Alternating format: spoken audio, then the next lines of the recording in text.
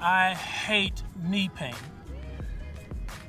Most people have it from time to time. Some people have it chronically, but I get to demonstrate this morning a few exercises that I will take myself through when my knees are challenged. I played football for a living, so from time to time things will get off kilter a little bit. I will tend to, on days after we do, say, hill drills, running up and down stairs, we do a lot of squats through the flow of training. So all in all, from time to time, the knees will tend to act up.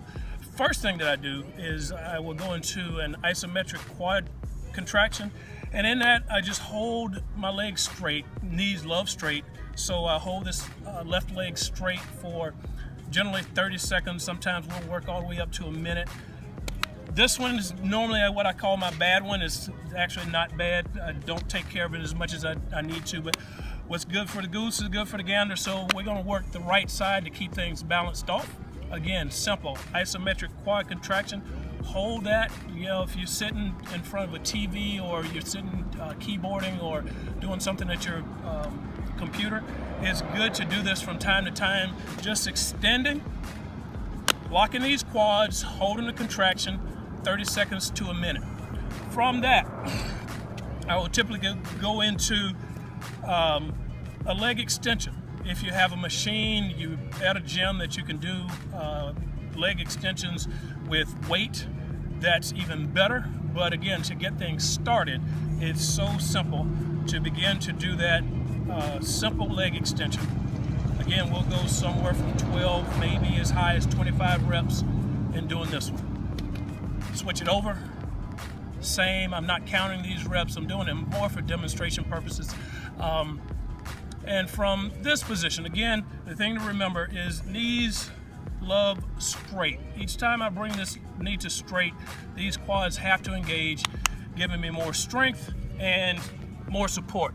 So from that position, we get to go down into the plank position.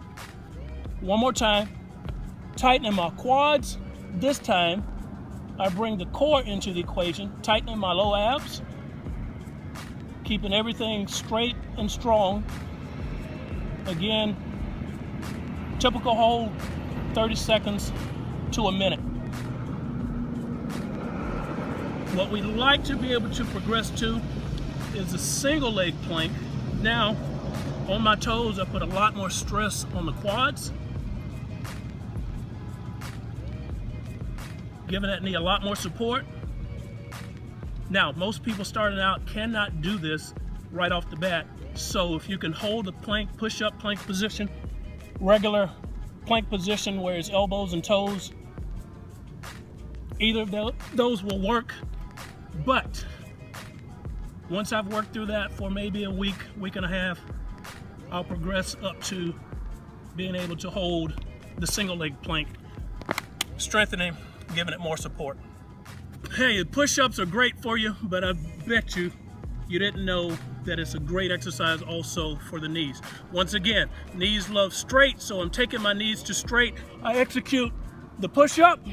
Right now, I'm holding the quad contraction. Quads are tight, low abs are tight. What we'd like to be able to do over time is to progress to the single leg push-up. Now, on that left leg where the knee has been a lot of challenge for me, over time, I put a lot more stress on it, causing it to have to strengthen. And that one's good. Okay, from the single leg push-up, I'll go into an assisted squat. With the assisted squat, I'm gonna take my hands down to waist level. Okay, I wanna be able to sit back, keep my head up, keep my chest up, in a way that I can take the knees down to 90 degrees and press straight up. Again, stomach tight, head up, chest up, low abs, rock solid, assisted squat. Trying to keep my knees in the exact same position the whole time. That's the assisted squat. We'll follow that one with the toe touch crunch. With the toe touch crunch, this time I'm actually going to work to increase range of motion in my hamstrings, relieving a little bit of the pressure in the knees as I work this one. But the obvious, I'm strengthening core muscles.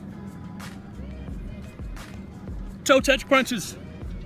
We've gone through 6 exercises, and usually by this point in my workout, my knees feel a whole lot better. So don't be surprised if you decide to do this. Your knees start to feel better in a short amount of time. Okay, but we don't finish there. Single leg trunk twist. One more time, knees love straight. So I'm gonna straighten the left leg, right leg is bent. I get to raise the left leg. I start my trunk twist over side to side, get a little tap down with my ball. Okay, one more time. Quads, rock solid, pull the toes back, get a little extra stretch behind the calf and hamstrings. Switch it, lock and load on the right side, tap down with a trunk twist, turning my shoulders side to side, keep the quads tight. Single leg trunk twist. Now,